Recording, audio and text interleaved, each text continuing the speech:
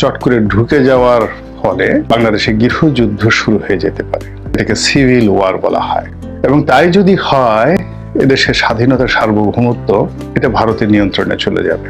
America বা doctor Mohammad Yunus বা আমরা যারা আছি, আমাদের যে কর্মকাণ্ড যেটা নির্দিষ্ট সময় পর্যন্ত আমরা চালাতে পারবো, আমরা করতে পারবো, কিন্তু আমাদেরকে নিয়ে যদি আন্তর্জাতিক চক্রান্ত হয়, সেই চক্রান্ত মোকাবেলা করার মতো সামরিক শক্তি, সেই চক্রান্ত মোকাবেলা করার জন্য কূটনৈতিক শক্তি, অর্থনৈতিক ভিত্তি কোনোটাই কিন্তু আমাদের নেই। তো শেখ হাসিনা কি করবেন সেটা আমি বলতে পারবো না। এই যে শেখ হাসিনার যে অস্থিরতা, হুটহাট করে অনেক কিছু করার তার যে ক্ষমতা, ইচ্ছা, অভ্যাস, এটি তার যে রয়েছে, সেই কারণে কিন্তু তিনি এখনো পর্যন্ত অনেকের জন্য হুমকি হিসাবে রয়েছেন। তিনি যে কথা বলেছেন সেটা যে তিনি করবেন না, এই কথা কিন্তু বলা যায় না। এবং তার মধ্যে অদ্ভুত অদ্ভুত সব প্ল্যান এবং পরিকল্পনা কাজ করে। যেমন তিনি 1981 সনে যেভাবে ফিরে এসেছেন, তারপর তার জীবনে অনেকগুলো উত্থান পতন ঘটেছে। প্রায় সব ক্ষেত্রে তিনি প্রচন্ড সাহস নিয়ে এগিয়ে গিয়েছেন। তার উপর 21 আগস্টের গ্রেনেড হামলা হয়েছে। এত গ্রেনেড হামলার মধ্যেও তিনি পায়ে হেঁটে ক্যান্টনমেন্টে ঢোকার চেষ্টা করেছেন। ওই সময়টিতে আহতদেরকে দেখার জন্য তাকে ঢুকতে দেওয়া হয়নি। তিনি ওই অসুস্থ অবস্থা নিয়েই তিনি পার্লামেন্টে গিয়েছেন বক্তব্য দেওয়ার জন্য। তো তার একটা স্পিরিট আছে, এটা অস্বীকার করার উপায় নেই। এবং আমাকে নিয়ে বাঙালির যে স্বপ্ন, সেই স্বপ্নের বহর দেখে শেখ হাসিনা নিঃসন্দেহে আগামীতে আরো নতুন কৌশলে, সেটা টেলিফোনের যে সংলাপ হোক বা অন্য যে কোনো কৌশল হোক, এটি তিনি করবেন। এবং এই কাজ করার যোগ্যতা একমাত্র সেখানে সিনারি আছে, আওয়ামী লীগের লোকজনই এটা পারে। তো তোমরা তো পারছো না, তো কাজেই আমাদেরকে লাগবে, আমরা আসছি। এবং এই যে আমরা আসছি এই কথা বলে তারা মোটামুটি যে সামাজিক যোগাযোগ মাধ্যম, সেই যোগাযোগ মাধ্যমে প্রতি মুহূর্তেই রীতিমতো যুদ্ধ তারা শুরু করেছে। জেনেছিলাম আওয়ামী লীগ প্রায় 20,000 সাইবার যোদ্ধা তৈরি করেছেন, যাদেরকে দিয়ে মূলত প্রচার বা বিএনপি এবং জামাতের যে সাইবার যোদ্ধা আছে তাদের মোকাবেলা করার জন্য 20,000 যোদ্ধাকে নিয়োগ করা হয়েছিল। অবশ্য দৃষ্টি মনে হচ্ছে যে এই 20,000 যোদ্ধা কেউ মরে যায়নি, একজনও মরেনি, একজনও পালায়নি, operated by the Awami League. এবং আওয়ামী লীগের যারা লোকজন আছে প্রতি মুহূর্তে ডক্টর মোহাম্মদ ইউনূসকে নিয়ে, বাংলাদেশ নিয়ে, অর্থনীতি নিয়ে, জাতিসংঘ নিয়ে, আমেরিকা নিয়ে, ডোনাল্ড ট্রাম্পকে নিয়ে, দিল্লিকে নিয়ে এমন সব তথ্য এবং উপাত্ত দিয়ে ব্যানার করে, হেডলাইন করে আওয়ামী লীগের যারা লোকজন আছে তারা অনেক উজ্জীবিত হচ্ছে যার যার অবস্থানে থেকে। আর যারা এই গণ অভ্যুত্থানের নেতৃত্ব দিচ্ছে তারা এই ধরনের অপপ্রচারের কবলে পড়ে মানসিকভাবে ভেঙে পড়ছে। এটি হলো আজকের দিনের বাস্তবতা। এখন এই বাস্তবতার মধ্যেই একটি টেলিফোনের যে কল রেকর্ড প্রধানমন্ত্রী শেখ হাসিনার, সেই কল রেকর্ডে তিনি হঠাৎ করে বলছেন যে তিনি চট করে দেশে ঢুকে যাবেন। সবাই বলা বলি করছে যে এটি তার একটা স্ট্যান্ডবাজি, তিনি কোনো অবস্থাতেই ঢুকতে পারবেন না বা ঢুকবেন না। কিন্তু এই কাজটি করে তিনি আলোচনায় থাকতে চাচ্ছেন, নেতা কর্মীদেরকে উজ্জীবিত করতে চাচ্ছেন, এবং এটি তার অনেক যে রাজনৈতিক কৌশল অতীতে আমরা দেখেছি তারই একটা ধারাবাহিক কৌশলের প্রচেষ্টা। কিন্তু ঘটনা যাই হোক না কেন বা যে কারণেই হোক না কেন, সাবেক প্রধানমন্ত্রী শেখ হাসিনার এই যে টেলিফোন সংলাপটি এখন ঘুরে ফিরে এটি বারবার শুধু মানুষের কাছে আসছে এবং মানুষ এটি নিয়ে আলোচনা করছে পক্ষে এবং বিপক্ষে। এবং এটির যে গুরুত্ব, সেই গুরুত্ব দেখে শেখ হাসিনা নিশ্চিতভাবে তিনি দিল্লিতে থাকুন বা ভারতের যেখানে থাকুক না কেন। এবং একটা বিষয় আপনারা লক্ষ্য রাখবেন যে তার যে টেলিফোন সংলাপ, এখানে তিনি কতগুলো বিষয় বা শব্দ ব্যবহার করেছেন, যেমন চট করে তিনি ঢুকে পড়বেন, at any time, all on a sudden ইংরেজিতে যদি আমরা বলি।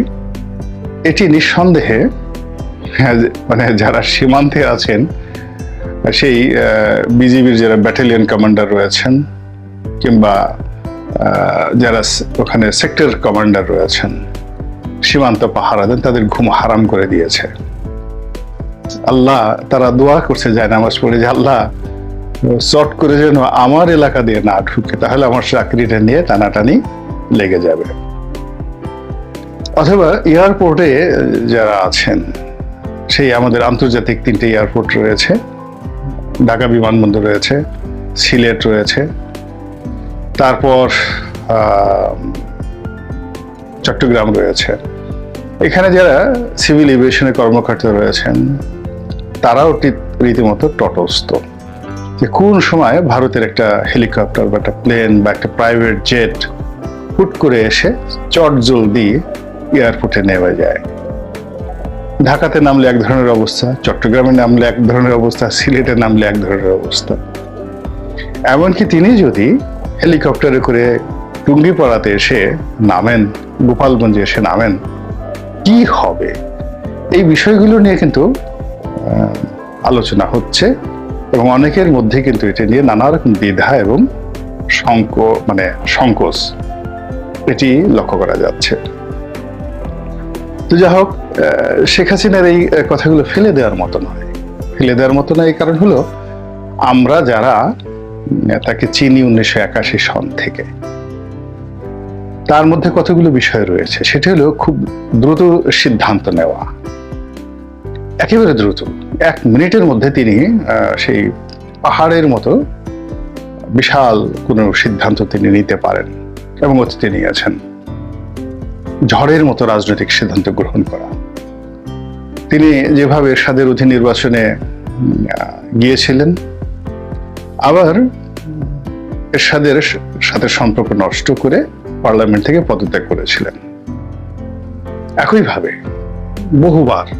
বহু সময় তিনি সিদ্ধান্ত নিয়েছেন, আবার সিদ্ধান্ত থেকে ফিরে এসেছেন রাজনীতিতে। এবং তার এই সিদ্ধান্ত নেয়ার ক্ষেত্রে এবং কোনো সিদ্ধান্ত থেকে সরে আসার ক্ষেত্রে তার কোনো পরামর্শদাতা ছিল না, একজনও ছিল না। তিনি নিজে নিজে সবকিছু করেছেন এবং তার পাশের লোকটি টের পায়নি যে শেখ হাসিনা 1 মিনিট পরে আসলে কি বলতে যাচ্ছেন, কি করতে যাচ্ছেন, কি সিদ্ধান্ত নিতে যাচ্ছেন। তার ঠোঁটের কোনো লাইসেন্স ছিল না, তার চিন্তারও কোনো সীমা পরিসীমা ছিল না। তিনি একেবারে সপ্তম আকাশ ঘুরে, সারা পৃথিবী ঘুরে, বাংলাদেশের টেকনাফ থেকে তেঁতুলিয়া পর্যন্ত সব জায়গাতেই তিনি নাক গলাতেন। তো এর ফলে তার আশেপাশে যারা লোকজন আছে তারা খুব কনফিউজড। এবং সর্বশেষ তিনি যে পালাবেন, বিশ্বাস করেন তিনি যে পালাবেন, এটা মানে কেউ কল্পনাই করতে পারেনি।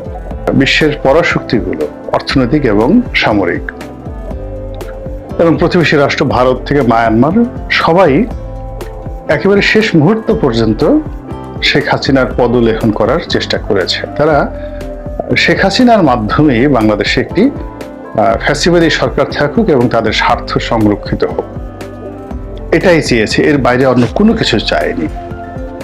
তো সেখানে বিরোধী যে দলগুলো আছে, তারা যদি কোথাও কোনো লবিস্ট ফার্ম নিয়োগ করে থাকে এবং সেই লবিস্ট ফার্মের কথা মতো যদি কোনো বৈঠক হয়ে থাকে, কোনো কর্মকাণ্ড হয়ে থাকে, এগুলো শুধুমাত্র আই ওয়াশ ছিল। কিন্তু বাস্তবে সবাই যে কাজটি করেছে সেটা হলো তাদের নিজেদের দেশের স্বার্থ তারা রক্ষা করার চেষ্টা করেছে এবং শেখ হাসিনাকে গদিতে রেখে তারা তাদের স্বার্থ রক্ষা করার চেষ্টা করেছে। বিএনপি, জামাত বা অন্য কোনো দলকে, বাবা ডক্টর ইউনূসকে কোনোদিন তারা ক্ষমতায় বসানোর জন্য চেষ্টা করেনি। কিন্তু প্রকৃতি এখানে একটা অদ্ভুত খেলা খেলে দিয়েছে। এখন সেই অদ্ভুত খেলা খেলে দেওয়ার পর, অর্থাৎ গণঅভ্যুত্থান হওয়ার পর যে পরিবেশ এবং পরিস্থিতি তৈরি হয়েছে, তাতে অসংখ্য দয়াল বাবার উদ্ভব হয়েছে। প্রথম দয়াল বাবা হলো আমাদের ডোনাল্ড লু। তিনি শেখ হাসিনাকে নিয়ে অনেক খেলেছেন, বিএনপিকে নিয়ে অনেক খেলেছেন, জামাতকে নিয়েও খেলেছেন, কিন্তু ফলাফল শূন্য। বাঙালি যে একটা ফ্যাসিবাদ মুক্ত পরিবেশ এবং প্রতিবেশ পেয়েছে, সেখানে ডোনাল্ড লু এবং তার দলবল আবার এসেছে বাংলাদেশে নতুন করে তাদের যে স্বার্থ, সামরিক স্বার্থ, অর্থনৈতিক স্বার্থ, এগুলো এই বর্তমানে যে সরকার তাদের মাধ্যমে আদায় করে নেওয়ার জন্য। এবং একই সঙ্গে তারা তাদের যে অর্থনৈতিক হাতিয়ারগুলো রয়েছে, ইকোনমিক ওয়েপন্স, এগুলোকে ব্যবহার করে তারা এই ভারতের স্বার্থ, দিল্লির স্বার্থ আবার পুনঃপ্রতিষ্ঠিত করার জন্য তারা চেষ্টা চালাচ্ছে।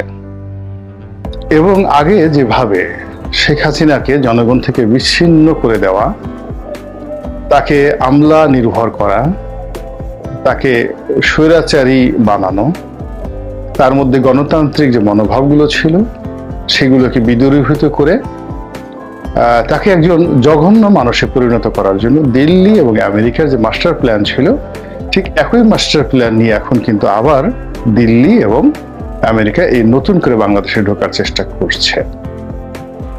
এবং আমরা যারা কম বুঝি তারা এই দয়াল বাবা কলা খাওয়ার মতোই এদেরকে ঠিক সেই দয়াল বাবা মনে করছি। কিন্তু বাস্তবতা হলো যে বাংলাদেশের যদি কোনো অভ্যুত্থানের পেছনে, গণতন্ত্র প্রতিষ্ঠার পেছনে এই পশ্চিমাদের কোনো সুদীর্ঘ প্ল্যান থাকতো, তাদের যদি পরিকল্পনা থাকতো, তাদের যদি ইনভেস্টমেন্ট থাকতো, আজকে ডোনাল্ড লুকে আমরা স্যালুট জানাতাম। This is one. দ্বিতীয় যে দয়াল বাবার যে গ্রুপটি, সেটি হলো এখন যারা রাষ্ট্র ক্ষমতা আসতে চাচ্ছেন রাজনৈতিক দলগুলো। তাদের বাস্তবতা হলো যে 4 তারিখ পর্যন্ত তারা ছিলেন প্রচন্ড ভীত সন্ত্রস্ত এবং কোনো অবস্থাতেই আওয়ামী লীগের সঙ্গে তারা যুদ্ধ করবেন, রাজনৈতিকভাবে মোকাবেলা করবেন, প্রতিযোগিতা করবেন, মামলা মোকদ্দমা ফেস করবেন, লড়াই করবেন, সংগ্রাম করবেন, এই ধরনের মনোবল সত্যিকার অর্থে তাদের ছিল না। যদি থাকতো তাহলে 28শে অক্টোবর 2023 সনের যে ঘটনা ঘটেছে, বিএনপির যে মহাসমাবেশ ছিল, ওই দিনই শেখ হাসিনার পতন হওয়ার কথা ছিল। বাস্তবতা হলো যে সেই দিনের সেই ঘটনায় সর্বোচ্চ বিএনপির যারা লোকজন তারা অংশগ্রহণ করেছিলেন, কিন্তু ওটাকে গণ অভ্যুত্থানে রূপান্তরিত করার জন্য, জনগণের অংশগ্রহণ নিশ্চিত করার জন্য যে continuously plan A, B, C দরকার ছিল, ওটি ওই সময় বিএনপির হাতে ছিল না। ফলে কি হলো, বিএনপি সেখানে মারাত্মকভাবে পরাজিত হলো, অপদস্থ হলো, জুলুম এবং নির্যাতনের শিকার হলো। এবং সেই জুলুম এবং নির্যাতনের শিকার হওয়ার পরে পুরো নির্বাচনী মাঠটি একেবারে নিশ্চিম নীরব হয়ে গেল এবং সেখানে একটা দামি নির্বাচন তারা করে ফেলল। একই অবস্থা জামাত অন্য দলের ক্ষেত্রে প্রযোজ্য। তো কাজেই এই যে যারা 28 অক্টোবর তারিখের পরে বলতে গেলে ব্যাক ফুটেজে চলে গেছেন, তারা এই সময়টিতে এসে অনেকে এমন একটা ভাব দেখাচ্ছেন যে এই সবকিছুই তাদের পরিকল্পনা অনুযায়ী হয়েছে, তারা এই গণ অভ্যুত্থানের ভাগীদার এবং তারাই দীর্ঘদিন লড়াই সংগ্রাম করে আজকের এই অবস্থাটা তৈরি করেছেন। সুতরাং আগামীতে তারা ক্ষমতায় আসবেন এবং ক্ষমতার যে রূপ, রস, গন্ধ, এগুলোর তারা ভাগীদার হবে।